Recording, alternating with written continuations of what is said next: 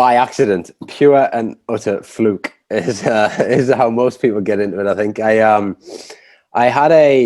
didn't have a pension, so I decided I needed to do something. I didn't want to get a pension. I was a financial advisor. I just, didn't want to do that. So I thought property, went and bought a property, and I just, I was making £200 a month from a 15 grand investment. It just didn't make sense to me. I couldn't see how it was going to make me a millionaire. It just, I just couldn't compute it. And then I stumbled on a lease option, one bed flat. I did a bit of research on that and just went for it. But then I couldn't get that rented. So I started to panic, and I was literally having coffee with one of my friends that day. And he was just like, telling me about this Airbnb, and he rents his apartment. He gets £200 a night. And, and I was like, well, my apartment's less than half a mile away. So off I went to IKEA after that coffee, 1,500 quid's worth of furniture. And that was the start of the Airbnb journey. And, I didn't have a clue what I was going to do. I built it all up. I took some photographs, and I had like £3,500 worth of bookings within 5 days. And I was just like, I remember keep saying to my wife, like, have you seen this? Like, what's up, everybody? My name's Mike Sjogren, here with my co-host Emmanuel Pani. We're part of a group of specialized real estate investors you've probably never heard of. We didn't start with deep pockets or wealthy families, and we don't rely on 401ks, mutual funds, or traditional real estate investing. In fact, many of us don't even own the properties that fund our freedom. If you ask the money experts out there, they'd say what we do is impossible, yet it's happening every single day. It's happening through a new niche called short-term rentals. We are Short-Term Rental Nation, and these are our secrets. What's going on, everybody? Welcome back to another episode of the Short-Term Rental Secrets podcast. I'm your host, Mike Sjogren, here with my main man and brother from another mother, Mr. Emmanuel Pani. What is going on, E? My brother, good morning, good evening, good afternoon, whatever time it is. I hired my first VA, my first executive assistant, I should say. So it's a little bit more than a VA. It's kind of surreal, right? Like, it's kind of surreal doing the interview, and yesterday both me and Tasha were like, it really sucked having to do this interview. But then we're like, well, it sucked less than being the ones interviewed, right? Like, it's kind of like, as you start growing, you go through this weird experiences that come with growth, and you're like, who am I to really qualify this person? But at the same time, that's what the business is. So it's a mix of like really grateful and kind of just like a little bit of like imposter. You needed to take it off for a long time, and you finally just ripped it. Exactly, yeah. Imposter syndrome also kind of comes to mind, right? Is the idea of like, I don't know what I'm doing, right? Like, but I take example from you and a lot of our friends in this space, and our guest too, right? That has units way away from where he is, and being able to do it through other people. Actually, Ryan posted something great on his Instagram this morning that pretty much kind of talks about investing in your team and how that helps you grow. So really excited. Life is good. Real estate is crazy. As you guys know, we sell a lot of real estate in South Florida. That's going very well. So yeah, man, I'm excited. What about you guys? We're good, man. We're good. We're all in right now, getting this 22 unit ready to go. Plus, we're relaunching the 13 unit, opening April 15th, and found out we knew we were going to replace a bunch of windows, so that's underway as we speak. And then we found out that the huge deck that we have overlooking the ocean was not built properly, and with all the snow, punctured a hole through our club room and like started to get water in the club room. So we have to rip up this huge deck, rebuild it, and patch that up in the next week. So that's a pretty hefty, unexpected expense, but it's gonna look sick when it's done, because we decided to add a nice huge bar top section overlooking the ocean, and we got our liquor license approved, so we'll be able to serve like beer and wine up there, and people can chill overlooking the ocean. It's gonna be awesome. So a lot of work, but it's really good. We've been on a hiring spree, man. I've done so many interviews over the last 3 weeks. We're hiring 6 different positions, which is just bananas, but It's good, man. It's all good stuff. Yeah, So maybe, and our listeners can let us know if it would be useful. But maybe we can do an episode on hiring, and let us know if that would be interesting to you guys. But kind of like all the different positions that you can hire for, and just kind of how to go through the interview process. I know in one of our mastermind, we went through a couple sections on how to hire and how to do interviews. And it's so important to just align with the right people. Which is the main thing. I'm really excited for this girl that we hired yesterday. It's a complete alignment into like the personalities, which is very exciting in kind of growing any team, really. yeah, I love it, man. I love it. Well, let's dive in because I'm excited to introduce our buddy Ryan today. So, we met Ryan through Clubhouse probably a month or two ago, and just really hit it off. Met some amazing people through that app, from every corner of the globe. So Ryan was based out of the UK. Now he's kind of going back and forth between the UK and Dubai. He's currently at over 130 properties. We were just talking offline. He's targeting to get to 200 by June. So he's doing this at massive scale in multiple countries. And it's pretty inspiring every time we talk to him and just see his growth and everything that he's building. And he's just super knowledgeable, but also super willing to share, which I really respect about him. And he's super giving. Every time we jump on Clubhouse together, he's always adding tons of value. And I'm really excited to have him on here. So Ryan, without further ado, man, welcome to the show. Thanks, guys. Pleasure to be here. Absolutely, man. So kind of give us your backstory. Like, how did you get into the whole short-term rental industry? By accident, pure and utter fluke is how most people get into it. I think I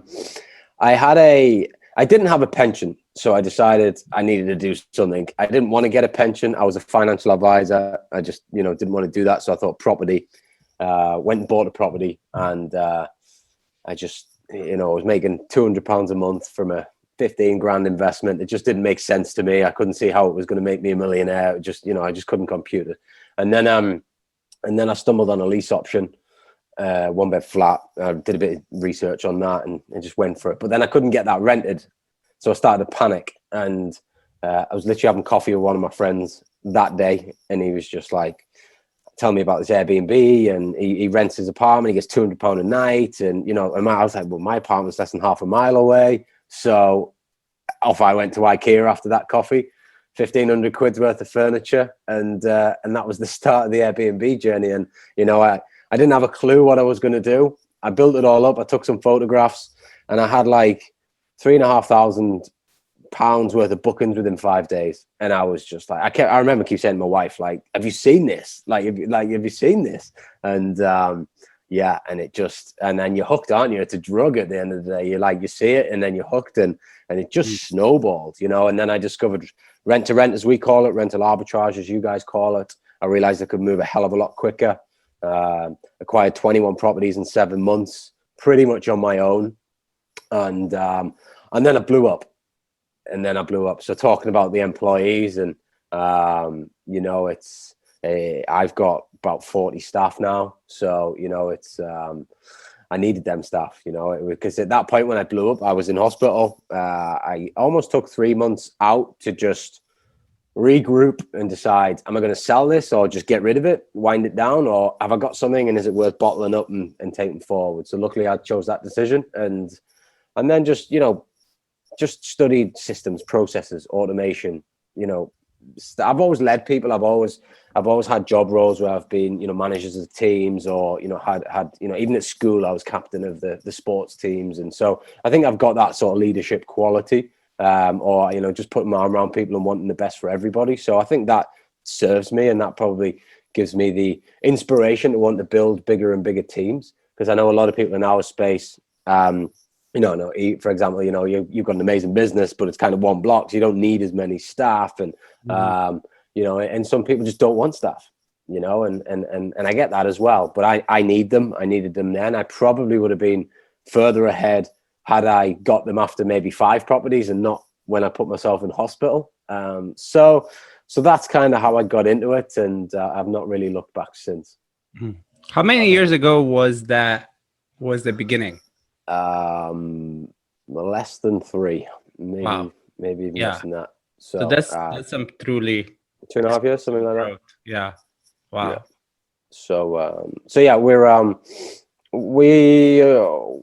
I'm hoping we'll continue to push this year. And my ultimate goal, I don't know why, and I don't know where this figure's come from, but I've said it from day one, is I want 1,000 properties by the time I'm 40. I don't know why. People ask me why. I say I don't know, but it's just been a number that I've sort of from day one said that's what I'm going to do, and that's what I'm kind of hunting down and chasing down. So that's Well, awesome. you're well on your way, man. Yeah, for sure. Offline, like I was saying. So you're at about 130 now, right? And you're pushing for about 200 by the summer. Yeah, so it's about I think about 140, maybe something like that.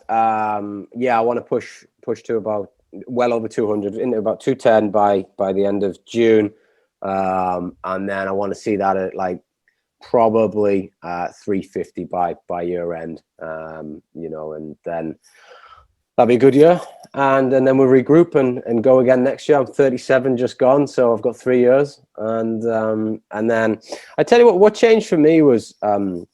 So I've got like a managed business, a rental arbitrage business, and I have my owned assets as well.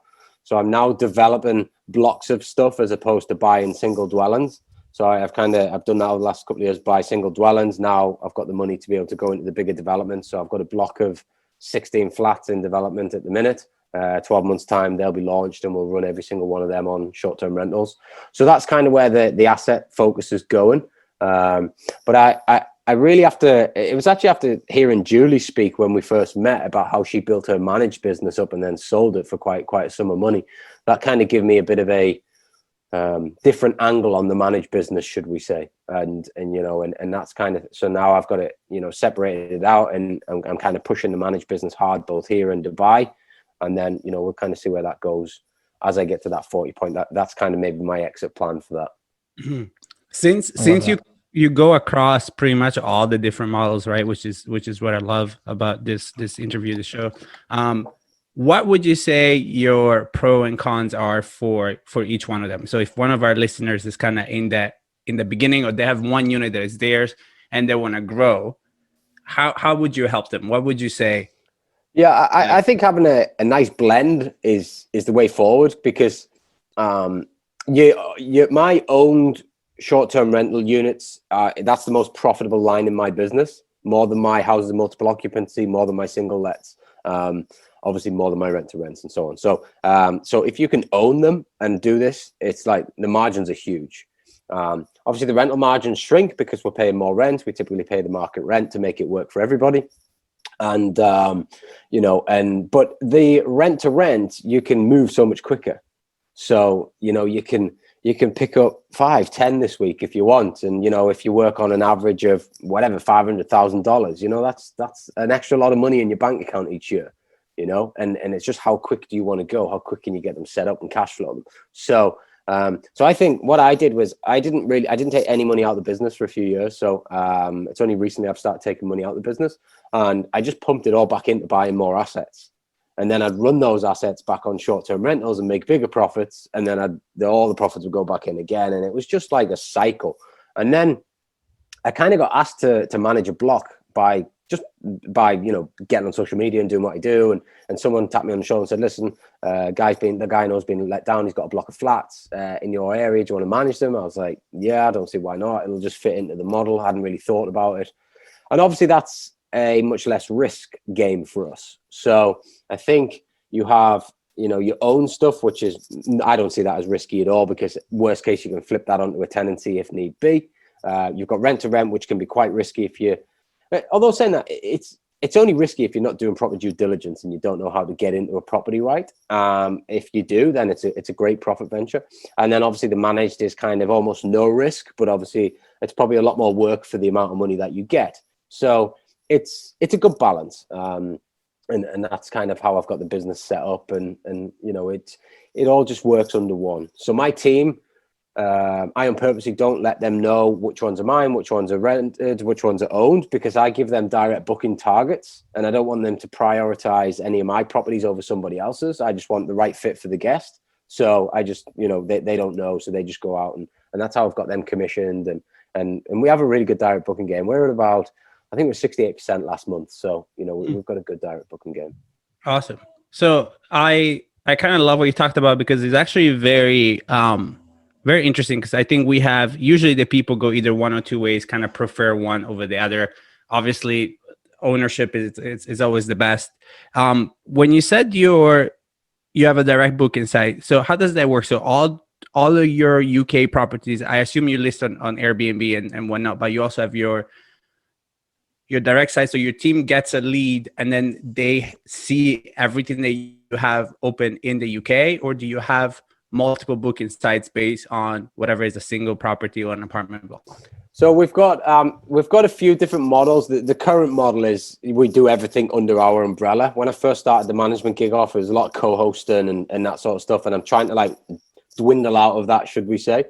But no, my team are just they're just driven to. I give them a target, and so majority of the direct bookings, they'll come in from, say, Booking.com on a 1 week booking. And then they're motivated to try and find out, how long you're staying for. Are you in the area? We deal a lot in the contractor market. So, these guys are coming back week after week after week. So we then harvest that into 4, 5, 6 month bookings, 4 nights a week, 5 nights a week. And they're commissioned to do that. So that works really well for us. And then I've got a whole host of strategies to find direct bookings, including sitting outside McDonald's on a Wednesday morning and waiting for the vans to come in, and loads of just getting the numbers of the out of area companies and giving them a ring, seeing why they're in McDonald's on 7 a.m. on a Wednesday morning. But it's about activity. It's a sales game that is no different to a call center who have to outbound, reach out and hit sales targets. So I'm curious on this, because this is something I'm actually working on with my team to try and set up some type of commission structure, right, to generate more direct booking. So, and feel comfortable sharing whatever you feel comfortable with, but like, how does that look like? Like, are you feeding them leads, or are they responsible to go out and generate leads and then they get a percentage of the booking, or what does that look like for you? Yeah, no, it's a great question. I have just literally today been working on this, because the old commission structure was if they brought the booking to the table themselves. So if they went out van stalking, or if they, started ringing some companies on LinkedIn or whatever it might be, if they brought that to the table, I would give them 10% of the commission. But what I'm finding is we are probably more powerful at converting our existing database into longer direct bookings. So I'm changing the commission structure slightly, so they get paid on direct bookings of the overall direct bookings of the company, as opposed to, and yes, those leads will have probably come from Booking.com initially, and all that, but it's the effort that they do to pick the phone up, build the relationship, work with these guys and get them booked in for more, and then get the repeat booking after that when they leave site and the new team comes on. So I'm looking at around maybe 1% of the total direct booking value, because obviously we're running at quite a high percentage, so that's quite a sum of money to a guest handler over a quarter. So it'll be somewhere around that figure, I think, is kind of 1%. Okay. And then on the business development side, to go from 130 or 140 to 200 in the next couple months, what does that engine look like? What does that system look like for you guys to go out and find more deals? Yeah. So I've actually got a spot open in the UK, because we just parted company with someone, and so I've got 2 people in the UK who are tasked with speaking with agents and getting on Facebook, and just finding deals basically, and they're commissioned to find those deals. That can be in the form of a rent-to-rent deal, or it can be in the form of a managed deal. And then I have my asset acquisition deal sources as well. In the business, and they're out finding my developments for me and costing them up, and then I'll give it the once over before we agree on anything. To move that side forward, obviously it's a bit more, as you said earlier, you get a decking wrong and it costs you, you don't want to be just giving people freedom for that. But the rent to rent and the managed stuff, I do tend to just give them free roll on that, so I've shown them how to analyze deals, and I'm quite comfortable if they want to agree the contracts. I also have a few external deal sources in the UK who want to work with me. Naturally they see me as a probably a good connection, a good JV partnership, because they've got deals, they're out hunting deals, and they can bring them to me. So I've done a deal with the deal sourcer recently on a rev share on that. And then I've got 2 business development executives over in Dubai who, again, are just pounding the phones Monday to Friday or Thursday to Sunday, as it works out there, Sunday to Thursday. And, they're just tasked 75 calls a day, get on Facebook and post so Faye, my marketing girl, she'll give them ads to post, and then they've got to go in the groups and post them just to try and generate their own leads. And then they've got to go and find their own data out there as well, because the data laws in Dubai are very laxed. So there's databases kicking around everywhere. You can get thousands and thousands of names on Excel sheets. So they're targeted to go and find their own data as well. Nice. I love that you brought us over to Dubai, because that was kind of like my next question that I had brewing is how did that happen, right? Like, there is, for those that don't know geography, there is a big space between the UK and Dubai, and there is a lot of shit in between that you can kind of stop by anywhere else. It's probably more convenient for you, like Spain or anything in between, right? So what made you go all the way to Dubai? Like, how did it happen? Yeah, I used to live there. So I lived there for a few years back in 2010 to 2012, somewhere like that. And we've gone back every year as the family's grown, and we didn't have a family when we came back. We started a family, and every year we've kind of gone back until obviously COVID. So I had the idea about Dubai in November, December 2019.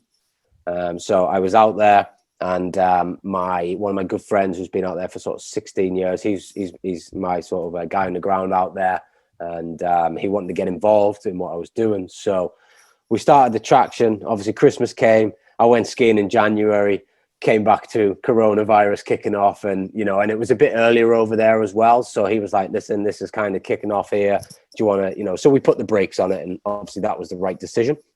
So I flew back out in December last year, and we just literally picked up the same conversation a year later, basically, and got everything set up, and then just been kind of full steam ahead now for probably last 6 to 8 weeks. And we've got some big plans for that, to catch up what we've lost a bit at the beginning of this year, and get it to where we need to be by the end of the year. But I just think the market's huge out there. I mean, you drive down, I don't know whether you've been, but they are building buildings after buildings after buildings. I think they just build to park money. I don't think they're bothered about getting them rented out. They just build them to park a few $100 million or whatever it is, and that's these shakes. So they're just building these towers, and there's just empty blocks everywhere. So I was like, we help landlords here with empty properties and make sure they've got no voids for the next 5 years. Well, why can't I do it out there? And sure enough, same conversations. Like always, you've always got the battle of change. Like, what is it? How does it work? How's my property protected? You're going to get that wherever you go. These guys are so fixated on a tenant every 12 months, and that's all I do, and that's all I've done for the last 20 years. So we, so it's about educating my staff to be able to educate the investors, the landlords, the owners, and then we just strike deals up, get them set up, and then they just plug into the management system. So just I've got what I call an ecosystem, and it just ticks away quite nicely. And as we expand, we just have to recruit a few more people. But the systems are all there, and it seems to be. It's not perfect. Nothing ever is, but it works for us, and we continue to improve it. And and I feel like we do a great job for our owners. For sure. That's awesome. For sure. So when it comes to, a lot of operators at scale, we have these different conversations about kind of centralizing your portfolio geographically. So for you, like in the UK, are you kind of dispersed? Are you kind of centralized in a couple key markets, or what does that look like for you? And how do you identify like what properties make the most sense for your portfolio? Yeah, so I started obviously in my hometown, and then I've got 3 cities within about 30 to 40 minutes of each other. So I then pushed there, and then just kind of moved south, really. And I think if you've got systems and you've got good people, with the technology of today, like, you don't need to be on the ground. You don't need to.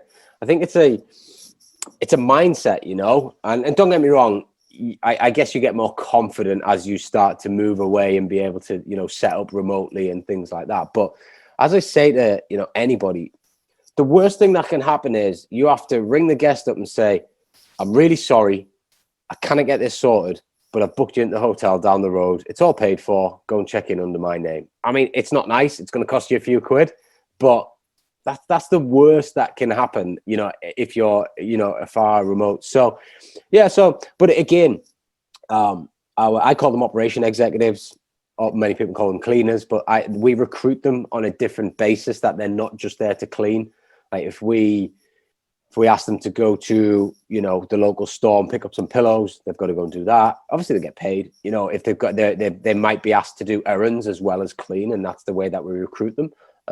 So there's an understanding there, and basically they become our go-to people on the ground. And then as you push into cities, you get 1, 2, 5, and then you get you need a handyman one time for one property. So you ring him up and then he just goes in your database and then he becomes the handyman for there. And, and it just kind of, it just generates, it just multiplies. But yeah, so it's a good thing. Back to your point on Dubai, the real reason I've done Dubai over all the European countries is because really I just want to go back there quite often. So it's more of I am a big believer. Now I'm doing the international thing. Like I want to buy a villa in Portugal. And I want to then have that for the family, but then also rent it out on Airbnb when I'm not there. And that'll probably then mean I'll push out in Portugal. My dad lives in Spain. So, there's probably opportunity there. I got offered a place in Italy last week. So I think as you get more confident with the systems, we will push. I'd like to go over to the States eventually, because then it gives you the opportunity to travel, because you go check on your business, but you travel in different countries. And that's kind of really why I want to do the international thing. What does your day-to-day look like, right? Like, so what do you spend time on? Like, what is your part of this business now?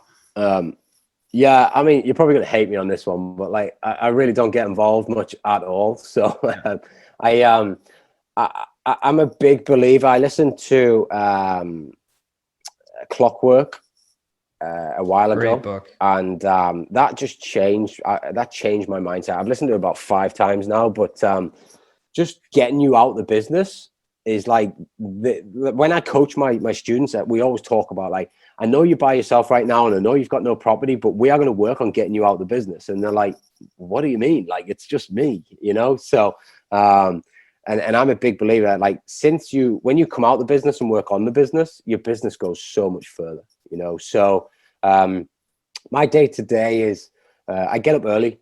Pretty much 5 a.m. till 7 a.m. is my work day these days. And I will just, ping off in our central system. I'll just ping off any, chats or reminders or set any to-dos that I need the team to do that day. And then I pretty much host the regular meetings around lunchtime, depending on which team it is. And then just constantly working on ideas, trying to, attract investors for the developments, trying to, secure the funding for the developments, and just trying to grow the business with the ideas and where we can push it and how we can make it better. But I haven't got involved with guests since about my 3rd or 4th property, because I'm not patient enough. So I needed someone else to do that. But I think the minute you can get yourself out the operations, the more you can focus on really scaling the business. And that's really shown, I guess, I wouldn't have been able to scale to where I have now or where we want to go to if I was doing any more than an hour a week in the actual business. 100%. And I think it sounds easy. It's probably one of the hardest things, at least in my experience, to do, to kind of let go of that control and make sure those systems are working, but keep your thumb on it, keep your hand on the pulse of it. But Mike Michalowicz, who wrote Clockwork, I love all his stuff. He had a quote the other day, because I think he just launched a new program teaching people this stuff, but he said something along the lines of, like, you need to start thinking of yourself as a shareholder in your business, not even the CEO. Like, if you're a shareholder in a business, you're invested in that business, but you've hired the CEO, you've hired the operations manager, you've hired them to run it for you, to make you money, basically, So that when you have that frame of mind, like Ryan's talking about, then you're free to focus on the ideas. Everybody thinks that Steve Jobs is like the icon of Apple. Steve Jobs couldn't code anything. Like he was the idea guy, the visionary that went out and sold the hell out of it. Wozniak built everything in the teams under him, right? But you have to understand that if you want to scale and create a true business like that, right? And that's why I love doing these interviews with folks like you. We've had Julie and James Murphy was on, you know, doing hundreds and hundreds of units. Your mindset shifts entirely from this is a fun little side hustle, or I can make, you know, a few grand to 10 grand a month, to I'm running an organization that starts to fuel itself. Yeah, I think if you think of how acquisitions happen, like people don't buy companies for the people in them. They buy it for the systems and processes and, you know, everything that's below it. So, you know, people say, oh, Jeff Bezos retired last week or whenever it was. I was like, Jeff Bezos retired 25 years ago, you know, like he came out the operations a long time ago, you know? So, yeah, I think if you can get out the operations and it doesn't matter. I think even if you are, you know, running a really well-oiled business. I know, you know, some people that we're connected to on Clubhouse, they've got like 5 or 6 units. They're happy with that. They don't feel like they need any staff and they're making huge amounts of money, and that's great. But what if you could take yourself out, then go and get another 5 of those type of units, and then they run them as well, you know, because it's all just systems. And then all of a sudden you've doubled your money and you do it again and again and again. So yeah, I think, and obviously it's, it's a lot more enjoyable, you know, being able to just lead and come up with these ideas and then see the ideas play out as well. That's probably the biggest thing. And then, you know, you've got to go through the struggles, but you've also got to protect your time and you've got to have your boundaries. So it's easy to go, yeah, I'll do that, or just give me that and I'll list it on booking.com, or yeah, I'll just jump in. And it's like, no, like I've shot a load of videos. They're in a Vimeo file. Just type in what you need and you'll find it, you know, and don't ring me again on that, because, you know, you're wasting my time. And I think you have to, you don't have to be as rude as that, but, you know, you've got to draw the line with your staff at times, and just because if not, if you do something for someone once, guess what happens the next time they got a problem? You know, they come back at you. And then all of a sudden you just become a solving problem person. Whereas rather than say, okay, why don't you go away and try and figure it out and then come back to me with an idea, you know, and then they come back with the idea and say, yeah, it's a great idea. Yeah, off you go. And then they start to then just self-generate themselves.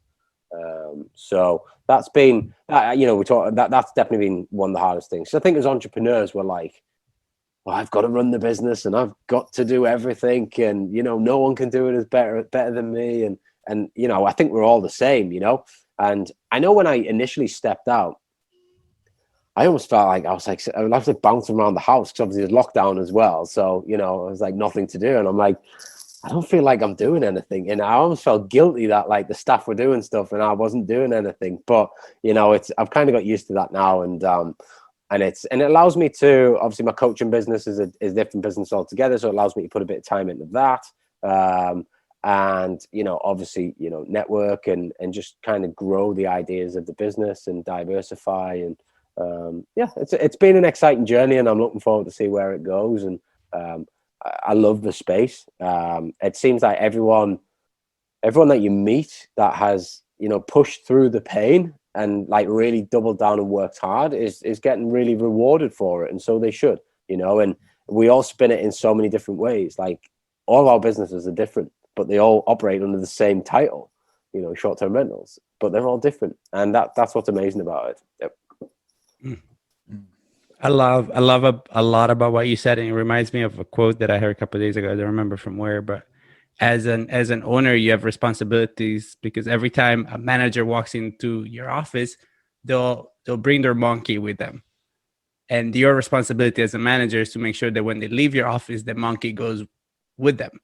Because if not, if everybody leaves their monkey inside your office, by the end of the day, you have a zoo inside your office, and then you have no idea what you were supposed to do it, which monkey was yours anyways, right? So really owning that. And I'm guilty of that too, right? Like sometimes when I text my team on the weekend, I feel bad, right? You're like, fuck, sorry guys, like I don't mean to, you know what I mean? But at the same time, it's the nature. We're so passionate about it, aren't we? Because we don't see it as a 9 to 5 or a Monday, Friday. It's just it's just what we do. Like, all the time. Like what day is it? I don't know. It's like we just do it and we love it. And if it's 10 o'clock at night, if it's 5 o'clock in the morning, it doesn't matter. We just love doing it. And it never, ever, ever feels like work, never. And I think that's why we probably push hard. And, it is a slog. And I think it's getting the first 5 properties was probably the hardest. It's easy for me to say, like, I'm quite confident we'll smash 200, smash 350, because that snowball just gets bigger and bigger, and it gets easier and easier. As you scale, you get more referrals, more recommendations. Your brand continues to grow over time, and you just get more and more thrown at you. And you become an influencer, you become a player in that game, and then that attracts as well. I mean, speaking on Clubhouse, the amount of Instagram messages I get on Clubhouse, or after when I'm speaking on Clubhouse, so like, hey, can you manage my property? Or, hey, I've got this property deal. Can you have a look at it? And it's an amazing platform for stuff like that as well. And there's so much you can do in this industry. It's been great. For sure. Okay. So we want to be mindful of your time. Where can people kind of look you up if they're going to Dubai? Where can they rent a unit from you? Actually, I know a lot of people going to Dubai to get their shots, right? Because in Dubai, you can pay to get your shot. So I know a fair amount of people going there for 2 to 3 week rentals to get their shots. Yeah, no, there's a lot of people over there at the minute. The problem with the UK is if you fly there, even on business purposes, when you fly back, you have to go into a hotel at the airport, and you got to pay like probably $2,000 equivalent to do that as well, to like self-quarantine for 14 days in a crappy hotel in an airport. So it's just madness. But officialryanluke.com is kind of where all my stuff is. Obviously I'm on Clubhouse, Ryan Luke, and all over Facebook. So same handles. So and I'm sure if anyone just jumps on your guys' Instagrams and searches the friends, they'll find me. Awesome, man. So the last question that we like to ask all of our guests is, what is your number one secret to success with short-term rentals? Consistent daily action around the small tasks that make a difference. So put that in perspective. Put in a marketing post out every single day on Facebook for the best part of a year and a half, not expecting a result to come back, but I didn't give up when I didn't get any leads. And it's just consistent daily action. And it's the same with everything, making 20 calls a day to agents every single day, even if you're getting told no or rejection. And so just being consistent, I think, rather than, I think you see a lot of people, I'll try this, that hasn't worked. I'll go and try that, that hasn't worked. I'll go and get that hasn't given me the instant result, So this game, it's not a get rich quick game, but you can make a lot of money quite quick, if that makes sense. You don't like, in terms of years, like look what I've done in just over a couple of years, so you can make life-changing money in that space of time, but you're not going to do it in 30 days. I'm so glad you brought that up, especially in our Clubhouse world, because I get a lot of the DMs too, and it's a lot of like the get rich quick. And like you said, you can make a lot of money, but I go back to, are you in it for the long run? Like, are you willing to put in the work? Because I know for me, I got my first one that I bought, and then when I tried to do the management thing, I sucked, and I didn't get a deal for like, it was either 6 or 9 months, but I just kept saying, I'm going to do this until I get a deal. And when you have that mindset shift of like, I will not quit, that's when the doors will open for you. Yeah, you just 100%. Have to persist. There's so much rejection in this game. Like you've probably got 98% rejection in this game, And by this game, he means life. Like all of life. Like all of life is 98% rejection. Like regardless of what you think, it's across the board. Is that your hit rate with the ladies? 2%? The last I've been married for 10 years is like minus. I'm like I've been on the bench, not even on the stats anymore.